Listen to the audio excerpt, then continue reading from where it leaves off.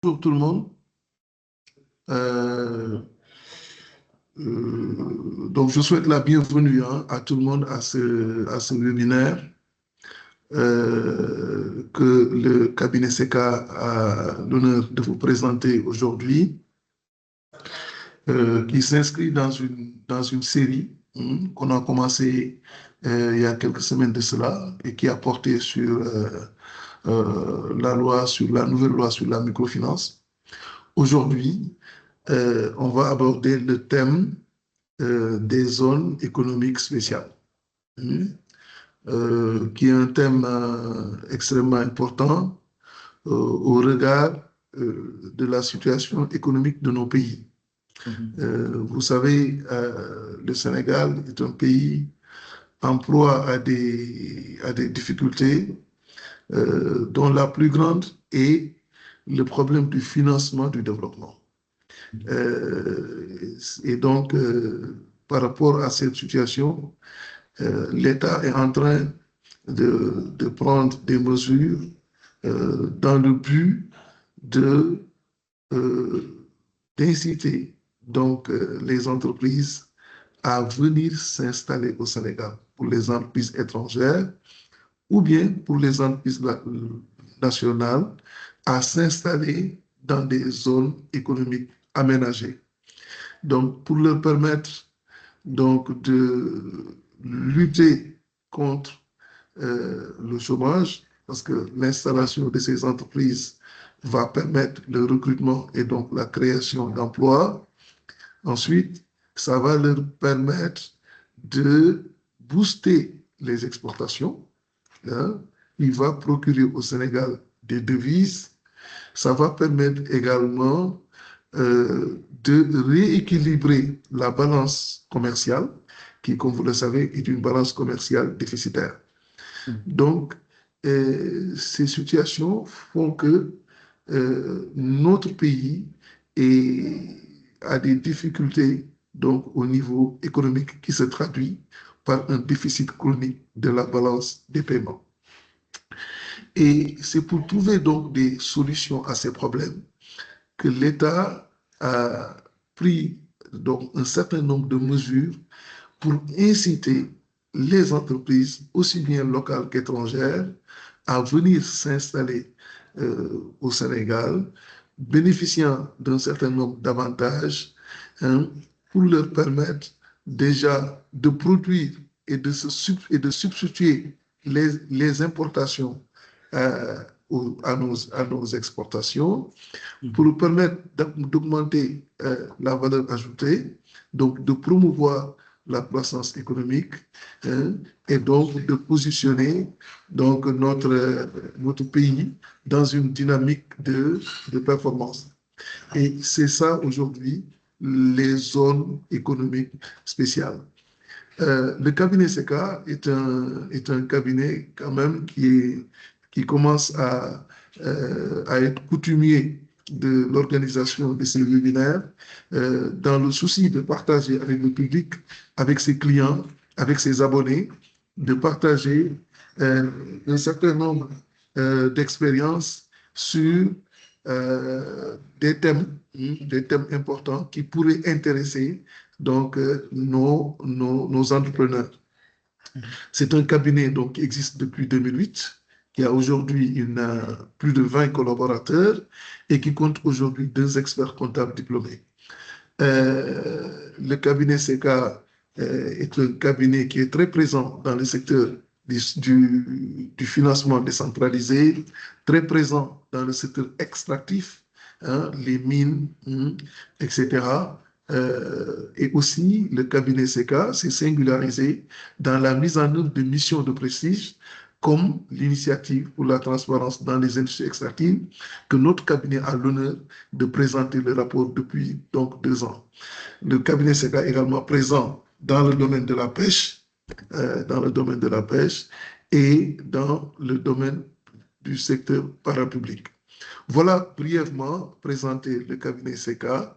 Je vais sans tarder, compte tenu de l'importance du thème, introduire mon collègue, mon collaborateur fiscal, qui s'appelle Monsieur Fadera, Alun Fadera, qui est fiscaliste et qui va donc aborder avec vous le thème des zones économiques spéciales au Sénégal. Il va parler du dispositif légal et réglementaire. Il va vous parler des mesures incitatives que l'État a prises par rapport à ces zones qui ont un caractère spécial. Hein. Il va également parler de la procédure d'installation, d'agrément donc au niveau de ces zones économiques spéciales. Donc, mesdames et messieurs qui nous suivez régulièrement sur ces rendez-vous du cabinet CK, donc je vous souhaite de passer un bon moment avec M. Fadera sur le thème les zones économiques spéciales. Je vous remercie. Monsieur Fadera, vous avez la parole. Merci beaucoup, M. Camara. Donc, c'est un réel plaisir aujourd'hui d'animer cette formation qui va porter sur l'agrément aux zones économiques spéciales. Elle est dispositifs normatifs liés aux incitations fiscales, c'est-à-dire aux avantages fiscaux liés effectivement à l'agrément aux zones économiques spéciales. Donc, avant tout, effectivement, nous allons procéder à une définition des zones économiques spéciales pour savoir, en fait, que s'agit-il? Qu'est-ce qu'il faut entendre par zone économique spéciale? Donc, les zones économiques spéciales sont des espaces, d'accord, des espaces d'accueil des activités économiques, d'accord, mis en place par l'État dans le but d'offrir aux entreprises des infrastructures et des services pour mieux conditionner effectivement leurs activités économiques et favoriser les investissements directs étrangers et surtout pour stimuler le développement économique. Donc, aujourd'hui, la mise en place de ces ESLA a pour but d'attirer les investisseurs, leur permettre d'avoir un cadre pour développer leur activité économique, mais aussi pour créer de la valeur ajoutée et l'emploi. Monsieur Camara l'a rappelé tout à l'heure, effectivement, notre pays est un pays en voie de développement qui, effectivement, lutte contre le chômage et, effectivement, prévoit un cadre favorable pour le développement de son économie, le développement de ses activités, etc. Donc, c'est dans ce cadre-là que les zones économiques spéciales ont été créées. Donc, il y a un contexte qui adopte effectivement les dispositifs légaux. Donc, le contexte d'adoption des dispositifs légaux encadrant les zones économiques spéciales. Il faut savoir effectivement que les zones économiques spéciales ont été instituées à travers 2 lois. Il y a tout d'abord une loi, la loi numéro 2017-06 du 6 janvier 2017, portant sur les zones économiques spéciales, et la loi 2017-07, toujours du 6 janvier 2017, portant sur le dispositif d'incitation applicable aux zones économiques spéciales. Donc, la loi 2017-06 définit le nouveau cadre de gouvernance des zones économiques spéciales, tandis que la loi 2017-07 prévoit un ensemble de mesures d'incitation dans le but d'attirer les investissements potentiels vers la destination Sénégal. Quelle est l'ambition à travers la création de ces ESLA? À travers la création de ces ESLA, l'État entend attirer les investissements directs privés, mais aussi la création massive des emplois et la création de la valeur ajoutée pour contribuer au rééquilibrage de la balance commerciale. Donc, voici de manière ramassée l'ambition stratégique des ES. Nous allons maintenant essayer de comprendre la mise en place des zones économiques spéciales. Donc, vous savez, en fait, pour mettre en place les zones économiques spéciales, l'État prévoit qu'il faut des décrets pour la création des gestes. Et pour chaque geste, il y a des conditions, d'accord, de mise en place et de mise en œuvre de ces gestes-là. À travers la loi de 2017-06, il faut noter 5 points dans la mise en place des zones économiques spéciales. C'est tout d'abord la création à travers un décret, parce qu'il faut obligatoirement un décret pour créer une ZES, après une étude d'opportunité initiée par le ministère chargé de la promotion des investissements. Et ce ministère, effectivement, n'est nul autre que le ministère de l'économie et du plan et de la coopération. Le ministère de l'économie, du plan et de la coopération. Il faut également la délimitation du périmètre des ZES. Il faut rappeler qu'effectivement, actuellement au Sénégal, il y a 3 zones économiques spéciales fonctionnelles qui ont été créées par décret, que nous allons voir tout à l'heure.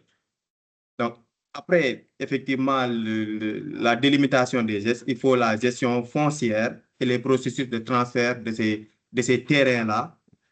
Et pour cela, l'État a pris un administrateur des gestes, qui est l'APIX. En l'occurrence, c'est l'APIX SA, qui fait office d'administrateur des gestes. Donc, dans ce processus-là de gestion foncière, l'APIX identifie les terrains éligibles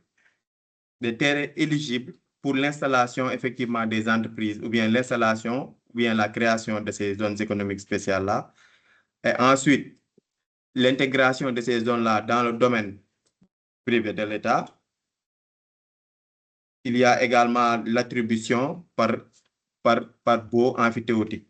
C'est-à-dire qu'aujourd'hui, si une entreprise veut s'installer au niveau d'une zone économique spéciale, il faudrait qu'elle s'approche ou bien qu'elle se rapproche de l'APIX pour voir les modalités d'attribution des terrains et ensuite respecter les autres conditions que nous allons voir tout à l'heure. L'objectif aujourd'hui, c'est de garantir une gestion centralisée, transparente et efficace des terrains de la ZES.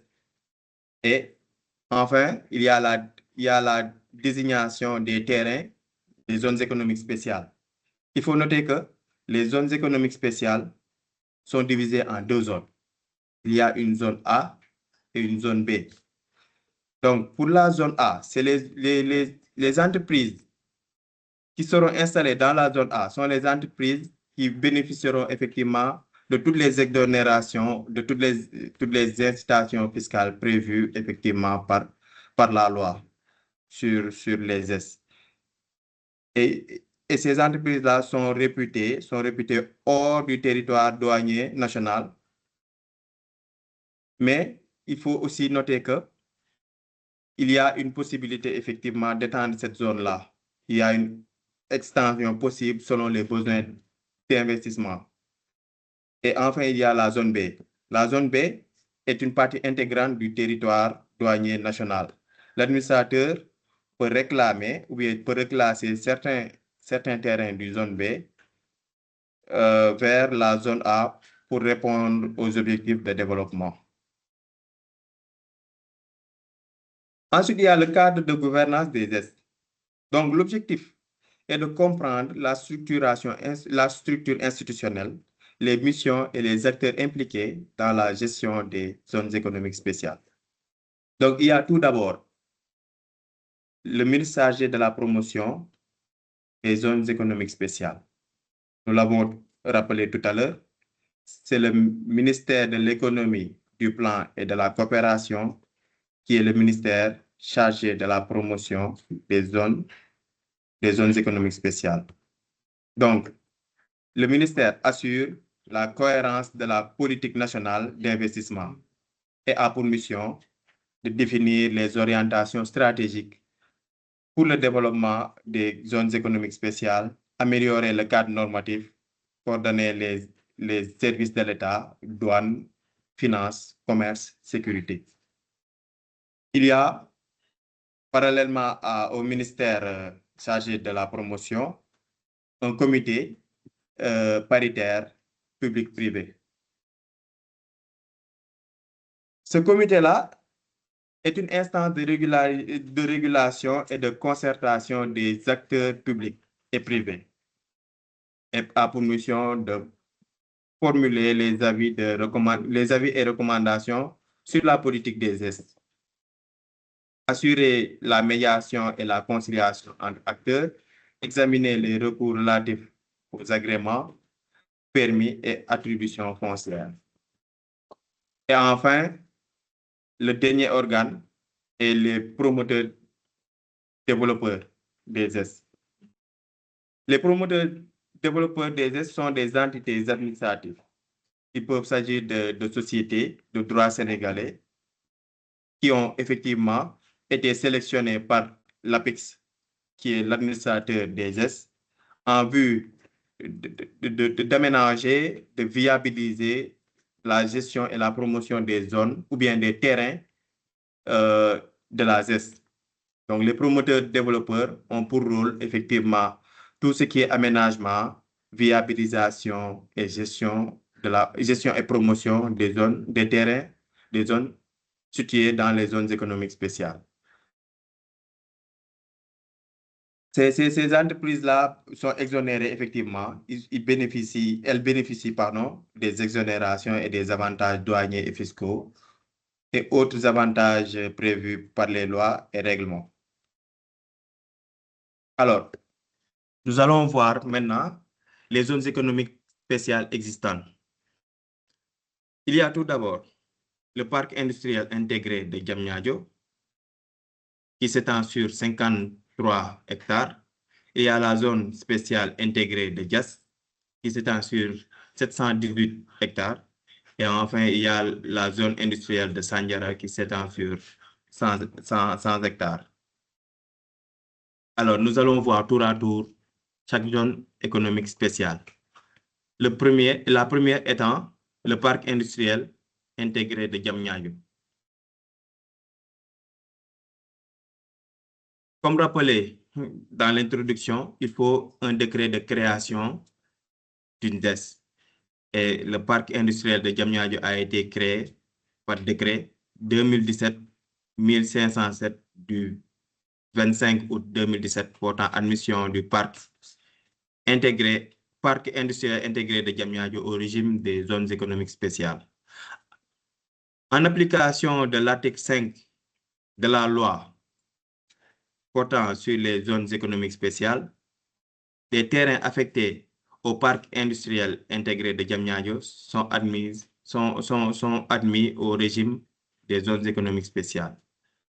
Donc, l'ambition de la zone industrielle intégrée de Diamniadio est de renforcer le potentiel économique du Sénégal en mettant à la disposition des investisseurs agréés des espaces dédiés combinant, d'une part, des infrastructures et services performants, mais également des incitations douanières, fiscales et non fiscales significatives et exceptionnelles. Pour qu'une entreprise puisse bénéficier effectivement de l'agrément au niveau du parc industriel intégré de Diamniadio, il faudra qu'elle remplisse l'entreprise un certain nombre de critères. Donc, il y a deux critères. Il y a deux critères pour effectivement bénéficier de l'agrément au niveau du parc industriel intégré de Diamniadio, que nous allons voir. Donc, tout d'abord, il faut être une entreprise de droit sénégalais dans le secteur des industries non polluantes. Donc, voici une des spécificités de l'agrément dans les zones économiques spéciales. C'est-à-dire qu'il faut que ces entreprises soient des entreprises non polluantes qui évoluent dans le secteur industriel à haute intensité de main-d'œuvre. Il faut qu'effectivement ces entreprises créent de la main-d'œuvre parce que l'objectif, effectivement, c'est la création de main-d'œuvre et de la valeur ajoutée et de la dynamisation de l'économie sénégalaise. Donc, Parmi les critères, il faut noter qu'il y a tout d'abord les activités autorisées et les critères spécifiques. Donc, pour les activités autorisées, il y a les entreprises qui sont dans le secteur du montage et de l'emballage, les entreprises qui sont dans l'agroalimentaire, la confection, les méthodes de construction, les technologies de l'information et de la communication, l'électricité et l'électronique, la logistique et les services connexes. Donc, voici tout d'abord les activités qui sont autorisées au niveau du parc industriel de Diamniadio, mais également il y a d'autres conditions ou bien les autres critères spécifiques que sont, il faut tout d'abord que l'entreprise ou bien les entreprises réalisent au moins 50% de leur chiffre d'affaires à l'exportation. Créer dès la première année de l'exercice au moins 5 emplois directs pour 100 mètres carrés de bâtiments industriels occupés et enfin réaliser un investissement minimum de 500 millions de francs CFA. Donc, voici de manière ramassée les critères d'éligibilité de la zone économique spéciale de Diamniadio. Il y a maintenant les pièces à fournir pour chaque entreprise voulant bénéficier de l'agrément au parc industriel de Diamniadio. Il faut d'abord que l'entreprise adresse une lettre de demande au directeur général de l'agence de promotion des sites industriels, APROSI, qui est effectivement, qu'on a rappelé tout à l'heure, qui est un promoteur-développeur. Donc, il faudra lui adresser une lettre de demande accompagnée d'un exemplaire des documents de constitution de la société, comprenant les statuts de la société, le NINEA, le registre du commerce et une fiche de projet ZES renseignée laissant apparaître les informations suivantes. Je tiens aussi à préciser que la fiche de projet, d'accord, est disponible au niveau de l'APEX. N'oublions pas que l'APEX, effectivement, est l'administrateur des ZES. Donc, c'est elle qui, effectivement, délivre les fiches de projet aux entreprises désirant l'agrément au niveau de la ZES de Diamniadio ou des autres ZES de manière générale. Donc, la fiche de projet doit comporter un certain nombre de mentions, un certain nombre d'informations qu'il faudra remplir, notamment le montant des investissements, le montant de l'investissement envisagé, les modalités de financement, le nombre d'emplois locaux et étrangers prévus, le business plan du projet et le reçu de paiement des frais de traitement de la demande auprès de l'administrateur.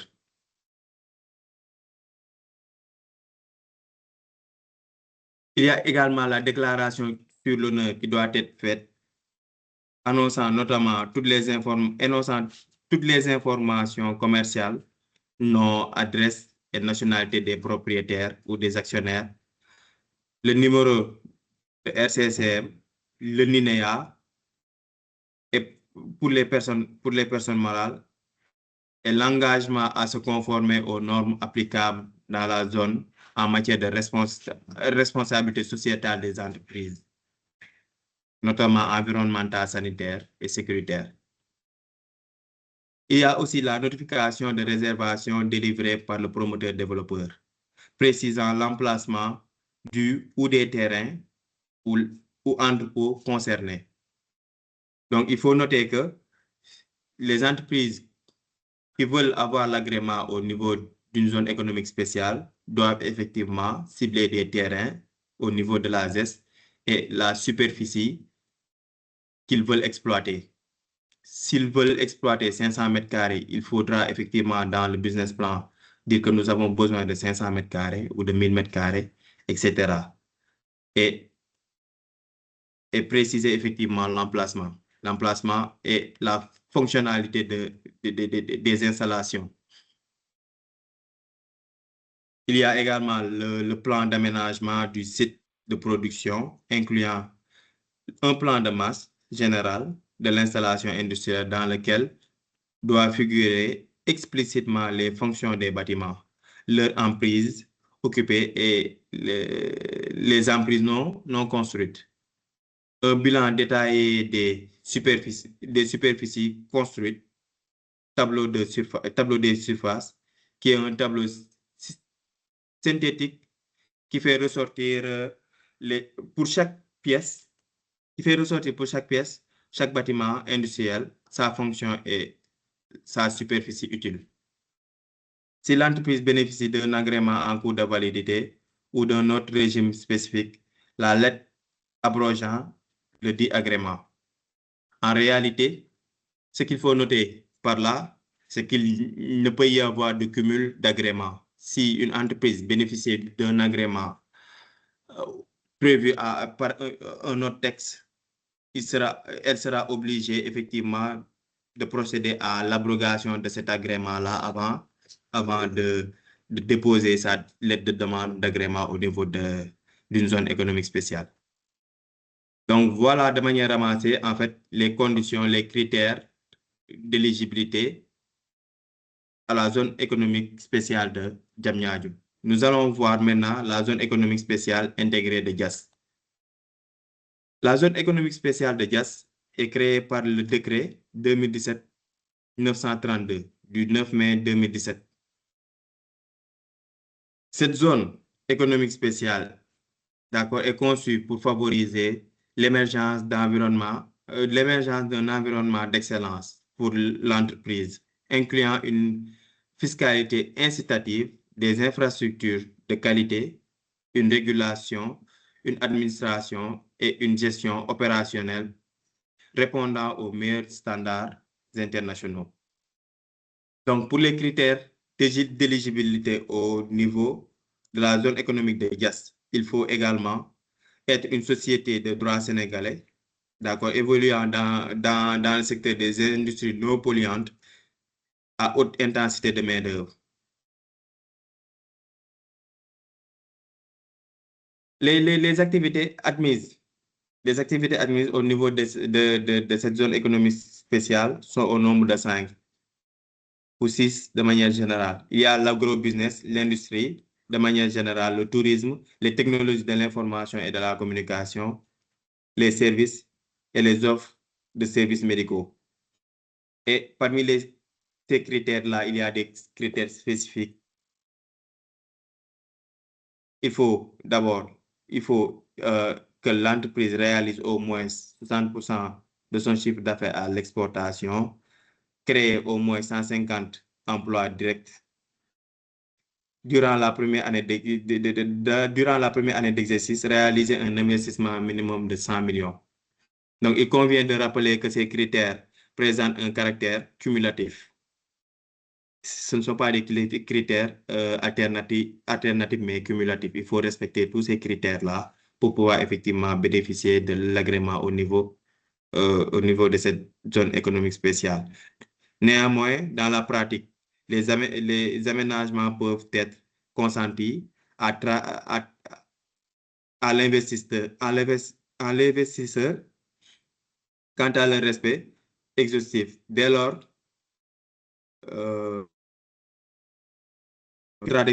qu'une trajectoire crédible et documentée atteste de la volonté et de la capacité à satisfaire l'ensemble des exigences dans un horizon raisonnable. En fait, ce qu'on veut dire par là, c'est que il n'est pas effectivement, en fait, obligé pour l'entreprise de remplir les critères. C'est-à-dire que les critères restent obligatoires, il faudra les respecter, mais il ne s'agira pas de les respecter dès la première année. On peut prévoir effectivement sur un délai raisonnable de remplir tous ces critères-là. Par exemple, une entreprise qui veut investir 100 millions peut ne pas l'investir dès la première année, mais peut prendre l'engagement de les investir dans un délai raisonnable sur 2 ou 3 ans, ce qui lui permettra effectivement de bénéficier de cette exonération. Donc, il faut, à part ces critères-là, il y a des pièces à fournir. Donc, pour les pièces à fournir également, il faut une demande adressée au directeur général de la PROSI, un exemplaire des documents de constitution, tout ce qui est NINEA, RCCM, registre de commerce, et une fiche de projet renseigner, laissant apparaître un certain nombre d'informations que nous avons énumérées tout à l'heure. Ces mêmes informations également doivent être renseignées dans le cadre d'une demande d'agrément au niveau de la GES de JAS. Il s'agit notamment de la fiche de projet, du business plan, des modalités de financement et d'une déclaration sur l'honneur. Il y a aussi la notification de réservation des terrains, du plan d'aménagement, du site et du plan de masse. Donc aussi, il faut un bilan détaillé des superficies construites et leurs fonctions. Si l'entreprise bénéficie d'un agrément également, en cours de validité, à un autre régime spécifique, la lettre approchant le dit agrément. Nous allons voir enfin la zone industrielle de Sandiara. La zone industrielle, comme toutes les autres zones économiques spéciales, hein, la zone économique spéciale de Sandiara également a été créée par décret 2017-2189 du 22 novembre 2017. D'accord? Et cette zone, la spécificité de cette zone, c'est qu'elle a pour vocation le développement d'activités numériques et industrielles non polluantes, essentiellement orientées vers l'exportation et la création d'emplois.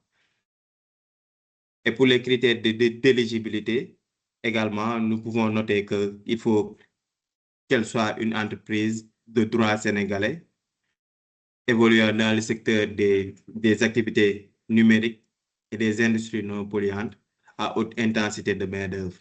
Donc, il y a ce dénominateur comme là d'activité de société industrielle ou bien d'entreprise industrielle non polluante, créatrice d'emplois et de valeur ajoutée. Les activités autorisées au niveau de ces ZES, de la zone économique, de la zone industrielle de Sandiara, c'est l'industrie, l'agrobusiness, l'aquaculture, l'aviculture, les technologies de l'information et de la communication, l'industrie de la tannerie, la logistique, l'énergie et les services. Et les critères spécifiques sont que l'entreprise doit effectuer, les critères spécifiques que l'entreprise doit respecter également.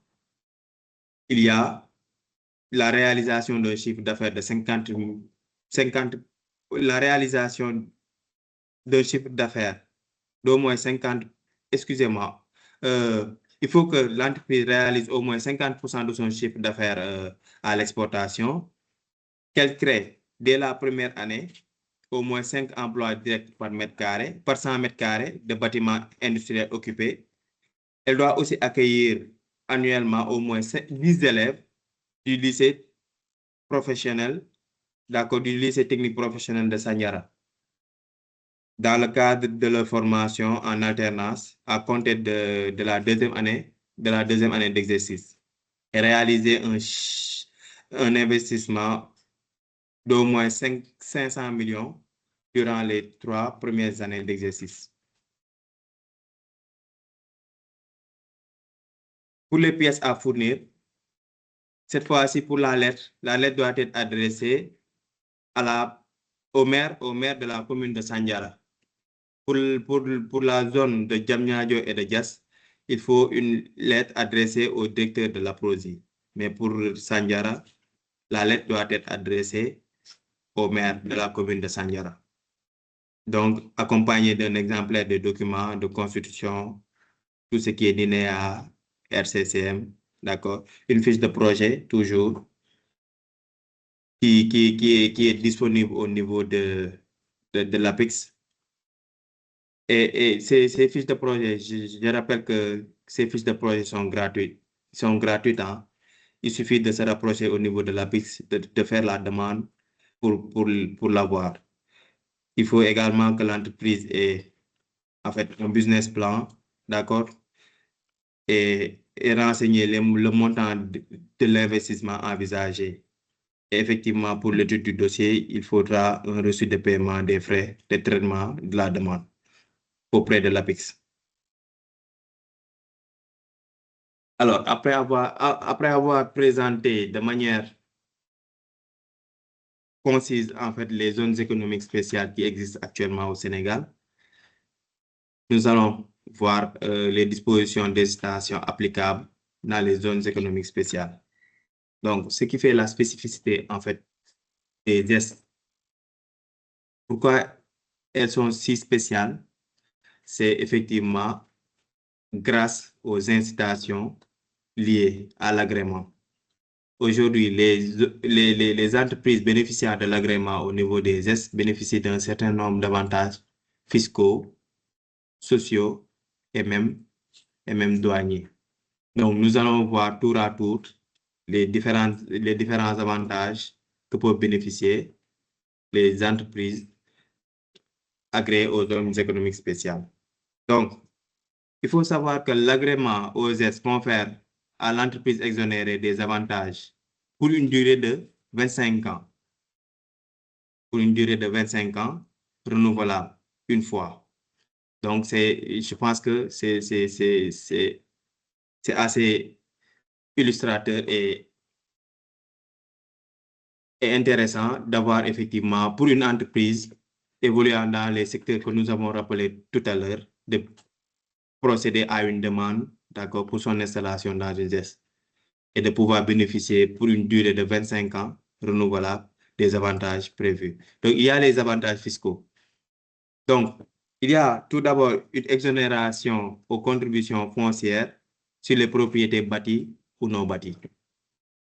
Donc, ce régime, en fait, les entreprises agréées aux ZES bénéficient d'un régime de faveur, d'un régime dérogatoire au droit commun. L'exonération des contributions foncières sur les propriétés bâties ou non bâties, l'exonération de la CFCE, de la contribution forfaitaire à la charge de l'employeur, d'accord, et l'exonération de l'impôt minimum forfaitaire sur les sociétés. Et le fait le plus marquant, c'est l'IS.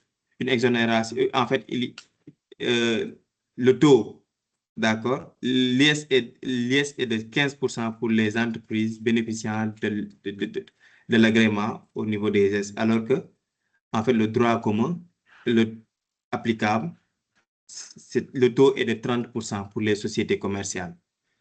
Le taux prévu par le Code général des impôts est de 30%.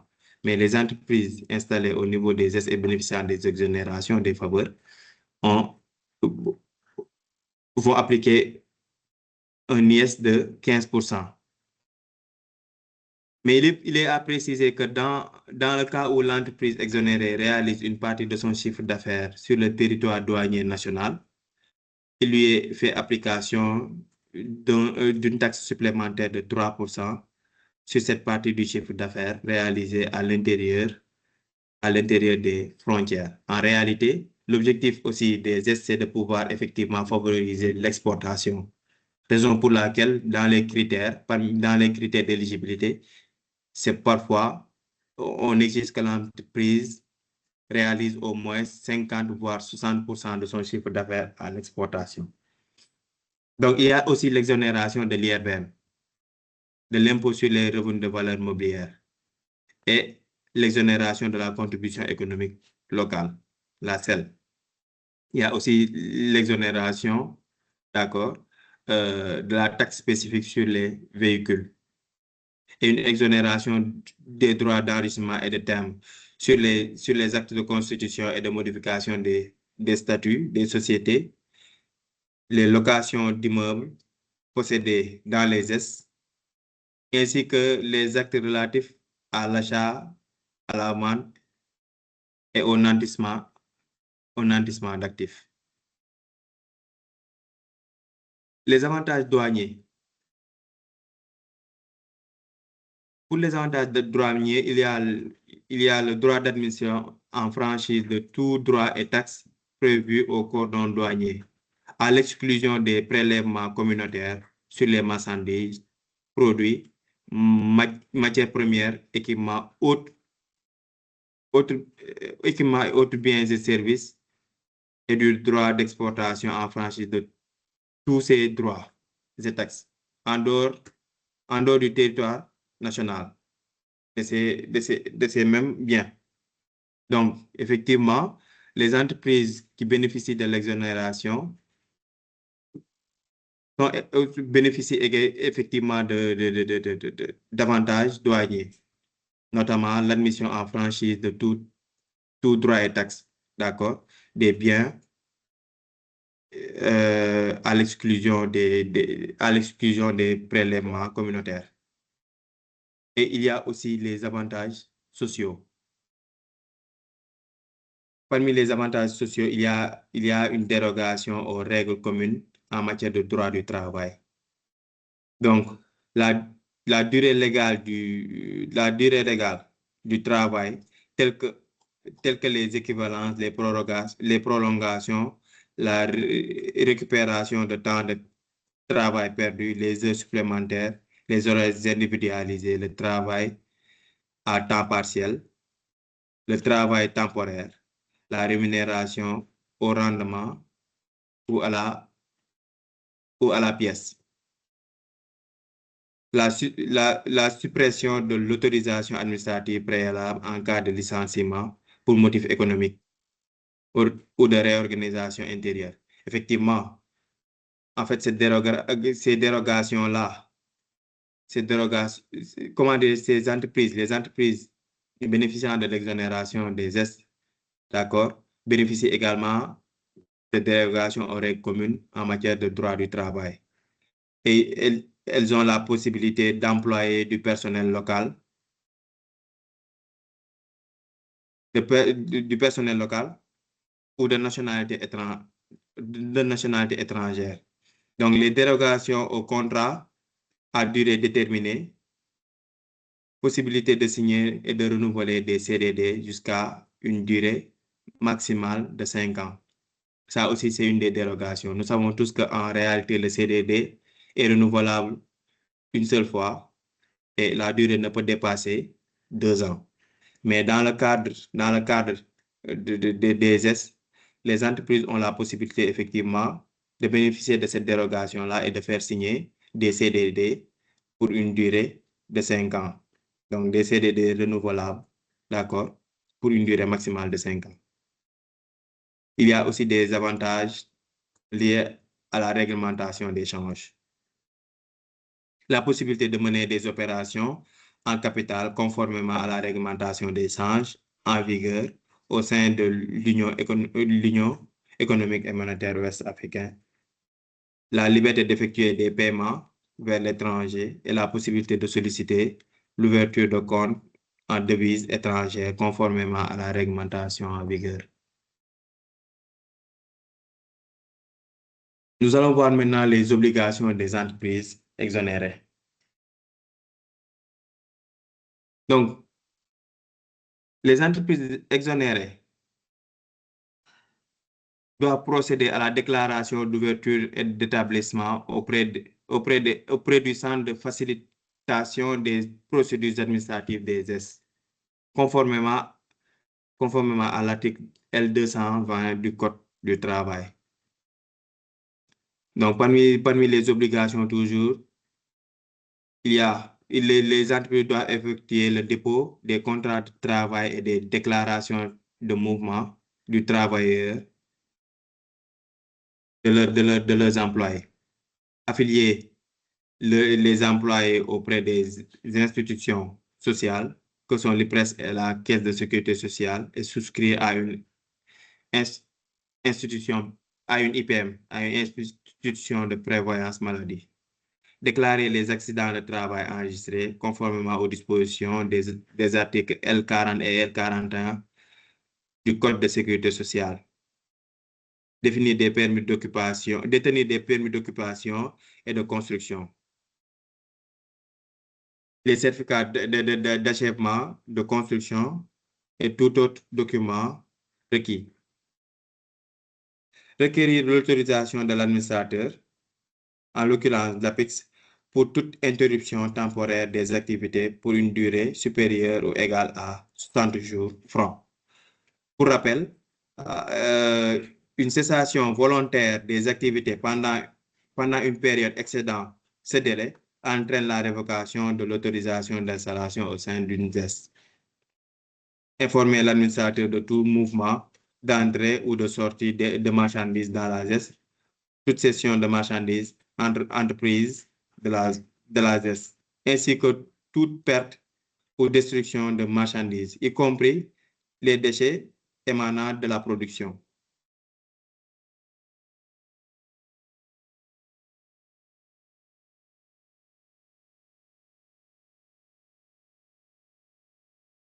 Donc, il faudra également pour ces entreprises de respecter les obligations suivantes, à savoir soumettre à l'administrateur des ZES dans un délai n'excédant pas 4 mois après la clôture chaque année des comptes, un rapport annuel qui fournit notamment les informations suivantes: le volume des investissements réalisés ou entrepris au cours de l'exercice écoulé et ce prévu pour l'exercice suivant, incluant tout projet d'extension envisagé, l'état d'exécution des engagements souscrits, le volume des importations, des exportations et des ventes dans les zones, dans le territoire douanier national. Voilà de manière ramassée, ou bien grosso modo, nous arrivons au terme de cette formation, d'accord, sur l'agrément OSES et les mesures incitatives, les avantages fiscaux qui sont liés effectivement à l'agrément dans ces zones économiques spéciales-là. Merci, J'espère que... merci. Merci, Monsieur M. Fadera. Camara. Merci beaucoup pour ce brillant exposé, vraiment qui est très clair. Pour ceux qui nous ont pris en cours, sachez que c'est un thème important qui porte sur les zones économiques spéciales, qui sont des étendues de terre, hein, de façon vraiment très simple, qui sont des étendues de terre, des hectares que l'État affecte à l'installation d'entreprises avec des incitations. Donc, pour permettre à ces entreprises-là d'être compétitives, mais surtout sur le plan international. Parce que vous avez entendu Fadera parler, par exemple, d'obligation pour ces entreprises de consacrer au moins 50 à 60% de leur chiffre d'affaires à l'exportation.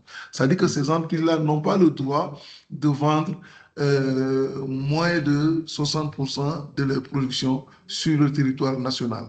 Donc, la stratégie qui est derrière cette obligation qui est faite aux entreprises installées dans les zones franches, si on peut l'appeler ainsi, dans les S, c'est de pourvoir le pays en devises. Vous savez, quand on exporte, la contrepartie qu'on reçoit, donc ce sont des devises.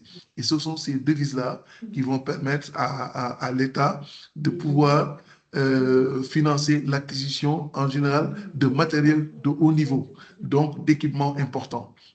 Donc, ensuite, vous avez vu l'ensemble des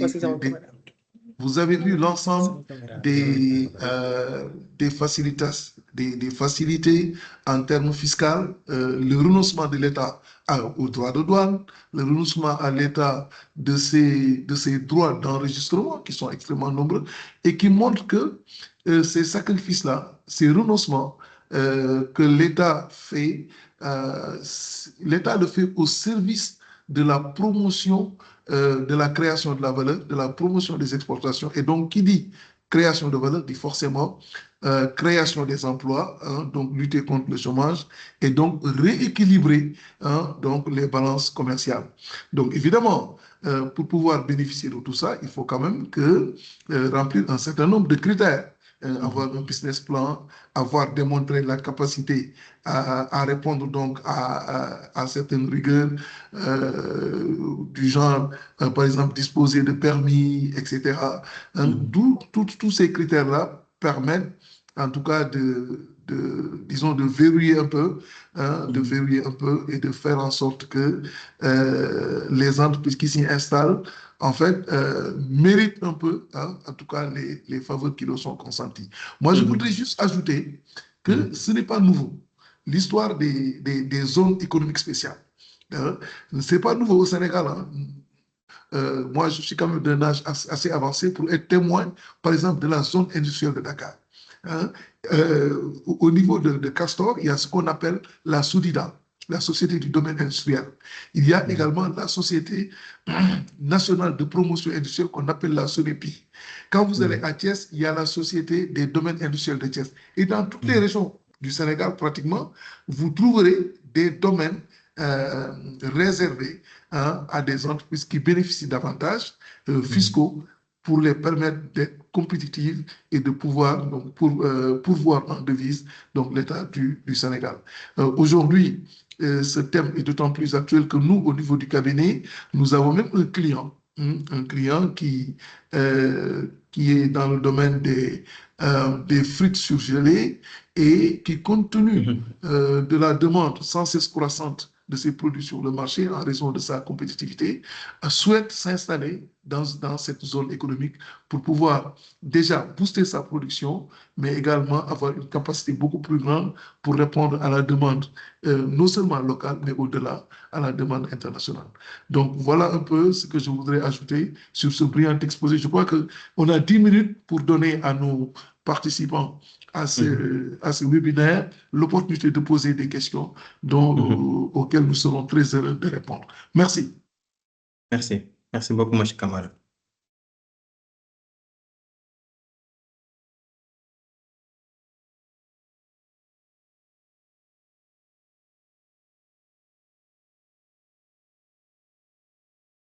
Oui, il y a quelqu'un qui lève la main là. Donc, s'il y a des questions ou des contributions, effectivement, nous sommes disposés à les prendre.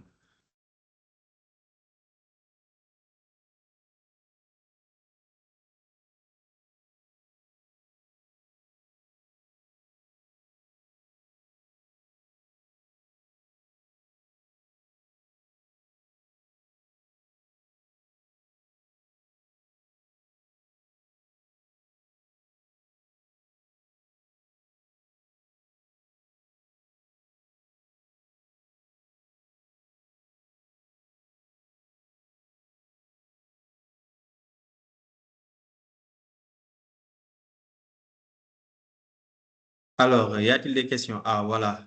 Il y a Hassan Cham. Alassane Cham. Alassane. Ah, excusez-moi. Donc, partager. Voilà. Donc, Alors oui, bonjour. En fait, je Oui, m'appelle bonjour. Alassane Thiam. Je remercie les présentateurs pour la clarté de l'exposé.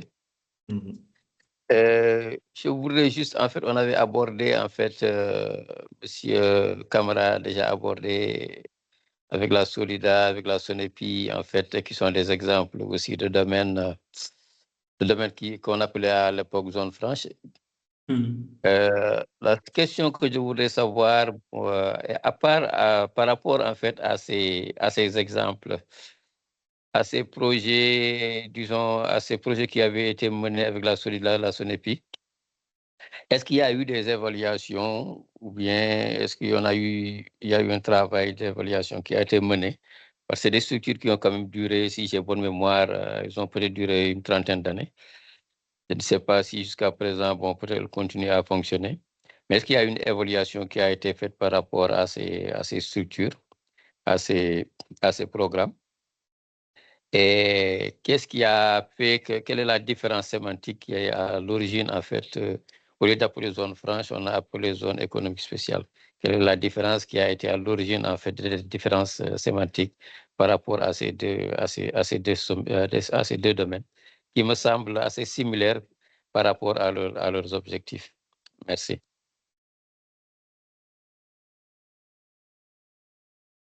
Fadera, ou bien je réponds? Oui, allez-y, M. Kamara, s'il vous plaît. Merci, Monsieur Cham. Évidemment, vous savez, dans l'histoire politique du Sénégal, à chaque fois qu'il y a une nouvelle initiative, il y a toujours des évaluations qui sont faites. Qui sont faites. Personnellement, je n'ai pas les références de ces évaluations, mais j'ose penser que avant quand même comme vous l'avez si bien rappelé, vous avez si bien rappelé que pratiquement, quand on regarde le dispositif, pratiquement, ça ne change pas entre ce qui se faisait les années passées et ce qui se fait aujourd'hui en termes d'incitation. L'idée, c'est la même, c'est de booster la compétitivité des entreprises en leur soustrayant à un certain nombre d'obligations fiscales et donc et douanières. Donc, ça dit que, et même sociales, ça dit que ces entreprises ne paient presque pas d'impôts, pas de droit d'enregistrement, impôts sur les sociétés, TVA, etc. Tout ça. Donc, tout ça, ces facilités-là ont uniquement pour objectif donc, de renforcer leur compétitivité. Et donc, ça aussi, ça a été le cas au niveau des années passées. Mais le problème, c'est que au Sénégal, moi, je pense que je mets cette problématique dans le contexte de la malgouvernance qui a caractérisé nos États des indépendances à nos jours. Bon, vous conviendrez avec moi que aujourd'hui, les problèmes de développement que nous connaissons, fondamentalement, c'est un problème de gouvernance. Parce que on nous dit toujours que nous avons, en 1960, on était au même niveau en termes de produit intérieur brut que la Corée du Sud. Aujourd'hui, qui pratiquement, du point de vue économique, dépasse aujourd'hui la France. On était au même niveau que certains. Par exemple, je prends le cas de l'Éthiopie. L'Éthiopie, il n'y a pas dans un passé très, très récent, et c'était singularisé par la famine qui décimait sa population. Aujourd'hui, l'Éthiopie, sur le plan africain, est pratiquement dans les 3 premiers, derrière l'Afrique du Sud et éventuellement le Nigeria et le Maroc. Donc, pour dire que le problème, c'est surtout un problème de gouvernance que nous avons et que nous osons espérer maintenant qu'avec les nouvelles autorités, qu'avec les enjeux aujourd'hui qui sont bien compris, parce que quand même, il faut quand même reconnaître qu'aujourd'hui, la conscience africaine a beaucoup évolué, que l'Afrique est aujourd'hui consciente de son potentiel et donc l'Afrique aujourd'hui est consciente que qu'elle peut franchir en tout cas le pas en termes de développement et que peut-être c'est cet état d'esprit sur lequel en tout cas moi personnellement je compte pour que l'Afrique, en tout cas le Sénégal, à travers ces initiatives qui ne sont pas du tout nouvelles, mais puissent quand même être traduites dans le panier du développement, en tout cas de la promotion socio-économique. Mais effectivement, par exemple, un exemple que je connais bien, le domaine industriel de Thiès. Parce que justement, j'habite juste derrière le domaine industriel de Thiès. Mais aujourd'hui, qu'est-ce qu'on en a fait pour parler de malgouvernance? Aujourd'hui, tous les receveurs des domaines qu'on a affectés à Thiès, les chefs de centre des services fiscaux, ils ont morcelé tout le domaine pour en faire des terrains qu'ils ont vendus. Aujourd'hui, c'est devenu une zone d'habitation. Alors que, mais c'était un domaine immense qu'on avait hérité du camp militaire à l'époque coloniale. Donc, c'est vrai, c'est très intéressant de parler d'évaluation parce qu'on en a, mais quel est l'impact sur les exportations? Ça, vraiment, c'est un approfondissement qui mérite en tout cas d'être fait pour pouvoir mieux apprécier la portée stratégique de ces mesures-là. Donc, voilà un peu ce que je pouvais verser en tout cas dans ce débat. Merci.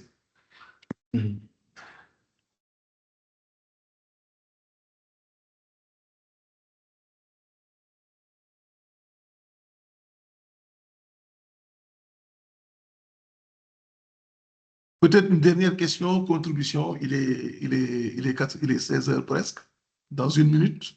Dernière contribution, question. En tout cas, M. Thiam, on vous remercie de cette question qu'on va approfondir. Et pourquoi pas envisager dans la suite de ce webinaire un autre sur l'évaluation de ce genre d'initiatives, leur impact, etc. En tout cas, merci. S'il n'y a pas d'autres questions, Fadera, je pense qu'on peut